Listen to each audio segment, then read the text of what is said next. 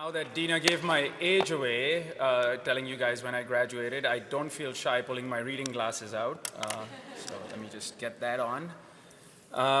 Well, thank you, Dina. It's an absolute honor to be here. I graduated here a long time ago, as she said, and I wanted to say good afternoon to the proud families, the esteemed faculty, and graduates. All of you, wow, just an incredible achievement. What a milestone today, worthy of celebration. What you guys have accomplished here, I've been through this program. We'll get into that a little bit. I know what it means. I heard some of you in the other room talk about resiliency, pain. There were some words that I used to describe my time at the INI as well. But I do have some good news and some bad news before I go there.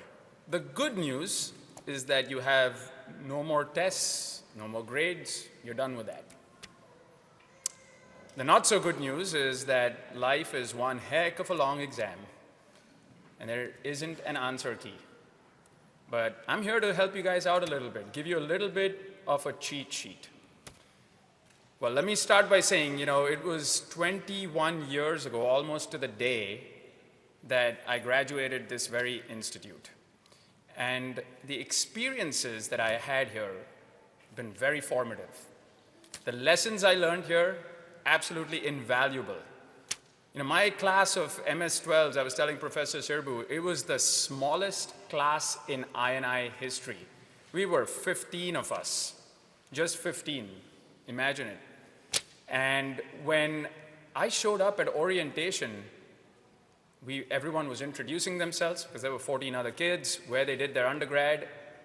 And I was shaken to death because these kids were Princeton, Carnegie Mellon, Stanford. And I'm thinking, I got my work cut out for me to make up for all the truancy and buffoonery during my undergrad. I have my work cut out. And Professor Rajkumar, who I don't see here, was at our orientation. And that day he said something which I really took to heart. I still remember it. And he said, when you're here, you will all learn one thing. Sleep is not necessary for survival.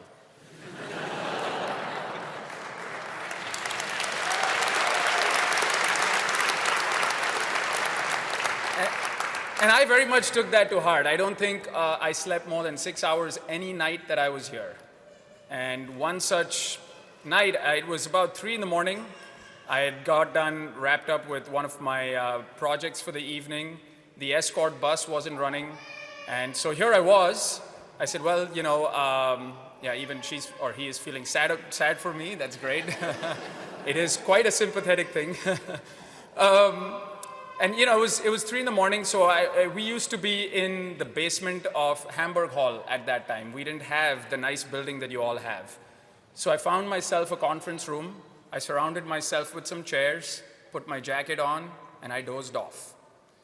About 5.5 hours later, I woke up with a little hum, and I stood up there, drooling, bloodshot red eyes, and there was a bunch of professors having a meeting. Yes, it was quite embarrassing. I sheepishly walked out of that room, sheepish and apologetic. But you fast forward, and then when I landed myself a job after graduation from the INI, and I landed at a startup, and my boss said to me on the first day, are you ready for the hard work? It's quite the ride here. And I said, what do you mean? How do you mean? And he said, well, we don't go home before 7 or 8 o'clock in the evening. And in my head, I'm saying, wow, that's 8 hours earlier than I'm used to. That's amazing. So you should all know that just having been here, I know this for a fact for all of you, there is no more fear of hard work. That thing's been removed surgically from all of you. They've taken a dose of tenacity and perseverance, and they've injected into you intravenously. So you're good there. Now hold on to that one. Speaking of sleep deprivation, I got more to come here.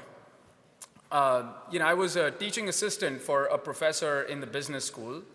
Being an international student, the only job I could get was on campus at the time on a student visa, and I needed the money to make rent payments and survive. So I was teaching this class, and the professor said, look, there's a midterm tomorrow. I'm traveling. Can you proctor the exam? I'm like, sure, I can do that. How hard is that? Well, my alarm didn't go off, or what happened, I don't know. And I woke up with a start, and I was rushing in my pajamas to go proctor this exam. Of course, the business school grad students who'd been up with their lattes and were all well-dressed and relaxed, they told on me the next day, as they should. And the professor called me to his office and fired me, as he should have. At the time, it seemed like the end of the world. I needed this money to survive. It's what allowed me to make my rent payments. But in retrospect, the lessons I learned then are invaluable. I learned don't overpromise and underdeliver. I learned to manage my time better. And not to get fired, I guess. I didn't get fired after that. So it was, the resiliency muscle was really worked. All of you have gone through similar stories. It may not have been the same thing. But I know, being part of this program, you've all been proverbially knocked down and had to get up again. I promised my friend I'd put in a little chumbawamba there if you've caught that one. So that's what it was. But you all have worked out your resiliency muscles, and those you can bank on as you get into the real world. The last little anecdote I'll bore you guys with. So here I was entering my second year of graduate studies, and misguided youth, you may call it, or what. I decided I wanted to pursue doctoral studies after that. What was I thinking? I have no idea, because I'd make a horrible academic. I'm nothing like these esteemed faculty. I'm impatient. And so I applied to a bunch of top universities, Carnegie Mellon included. My professor here, who was guiding me on my master's thesis, was kind enough. He said, I'd love to have you on my research team. I was so excited. I skipped all the on-campus recruitment. I'm like, this is going to just work out fine. Well, it was 2001. The dot-com bubble burst right around that time. If you think now is a bad time, then was worse. There was no one showing up from technology companies to hire anyone.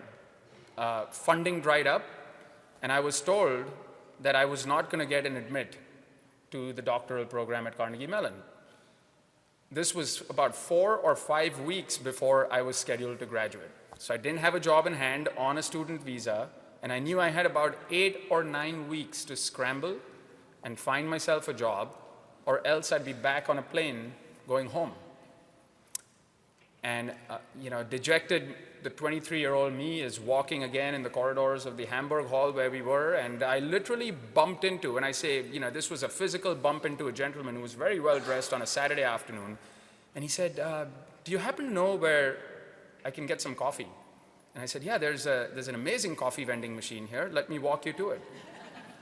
It spits out some really sweet cappuccinos. So we walked. And while we were walking, one thing led to the next. And we were chatting, and I didn't know who he was.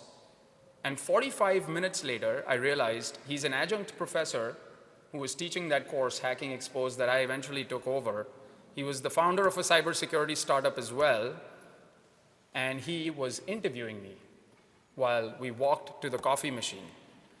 I was in shorts, flip-flops. I hadn't shaved in a few days. And so I was violating every piece of advice the career office gives you. So please don't do that when you're interviewing. But I was lucky enough. I held my own in that conversation. Just being a tartan and an I&I graduate, I was able to impress technically. And heck, I even had the audacity to negotiate my offer with him. But I got the job.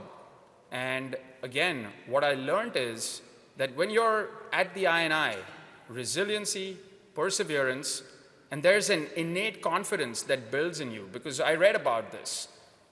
It's scientifically proven that confidence is sort of the dividend we receive when we power through challenging situations and come out the other side. And the more you do it, and I know there's no dearth of that here, so you guys have done it plenty. There's a lot of confidence in there. So let's just take a moment to reflect on your experiences here. Academics aside, the real world is tough. But I'll tell you, you guys are tough too. You've been in this resiliency gym here called Carnegie Mellon and I&I. You've been working out that tenacity muscle for a bit here. You've built confidence. And it goes without saying you've amassed technical skills that most people can only dream of having. So as you enter this next phase in your life, Just make the most of this head start you have. Make Carnegie Mellon proud, make I&I proud, make your families proud, and I would say most importantly, make yourselves proud. So congratulations again, and thank you for bearing with me.